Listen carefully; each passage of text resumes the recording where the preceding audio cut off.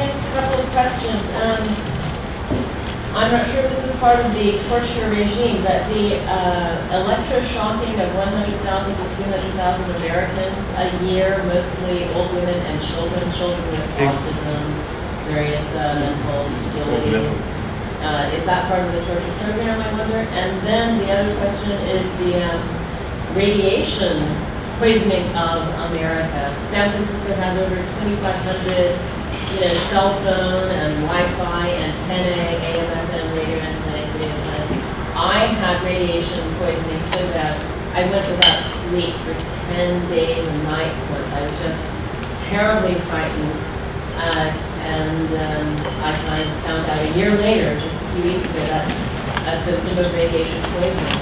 I know other people who have severe radiation poisoning symptoms as well.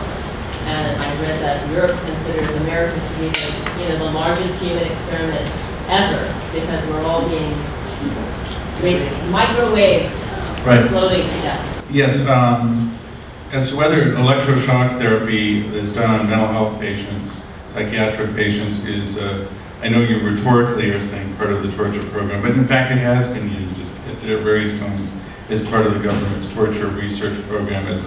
If you read the book, The Shock Doctrine by Naomi Klein, talks about one of the most hideous episodes of this country, or any country's history, which was the psychic driving experiments of a psychiatrist by the name of Cameron.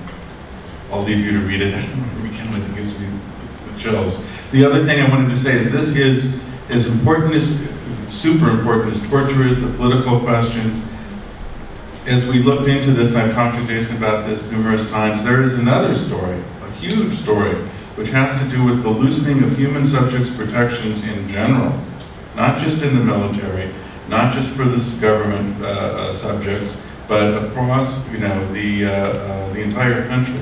In many ways, yes, it is a open field. We write about the common rule, and you can read in here protections that were lifted by the Wolfowitz Directive. Well, the common rule only concerns government research.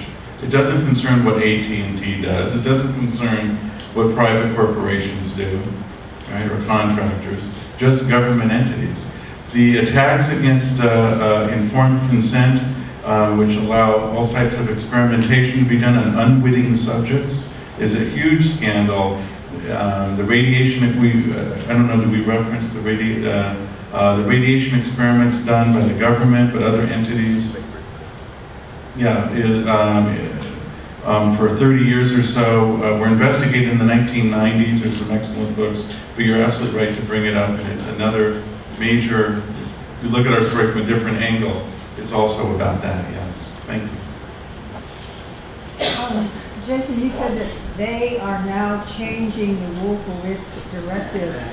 Who is they, and what part does Congress have in this, if any, or at what point? Yes, I'll let Jeff discuss that since he spoke with the Department of Defense to get that. The change in the directive will be the work, supposedly is the work of the Department of Defense Research and Engineering, which is the entity within the Department of Defense that's responsible for oversight of research and research laws. But no doubt this directive is going to be looked at by many different people in the government. Certainly the General Counsel, the Department of Defense. My guess is all sorts of different people will be looking at it.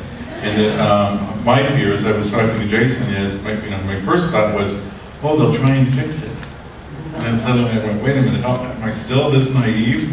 They're going to try and figure out the loopholes that we can still get at them at. So for instance, one that I was talking about today, PHR, briefly, Physicians for Human Rights, many people know, did a report on CIA experimentation. They gathered a number of religious personnel and other prominent people to file a complaint with the Office of Human Research Protections about calling for an investigation of the CIA's experiments around torture. The request was thrown out summarily because, well, that department only covers Health and Human Services complaints, and they referred it back to the CIA. The Wolfowitz Directive specifically states that Health and Human Services personnel are to be used, or can be used on human subjects protections surrounding prisoners, not POWs, prisoners, generic prisoners like the detainees. So I think we have it in there. That's the kind of loophole I imagine they're looking, that they want to close up, because there may be an in there to actually request a real investigation on this. Yeah, didn't this start with a law in 1972?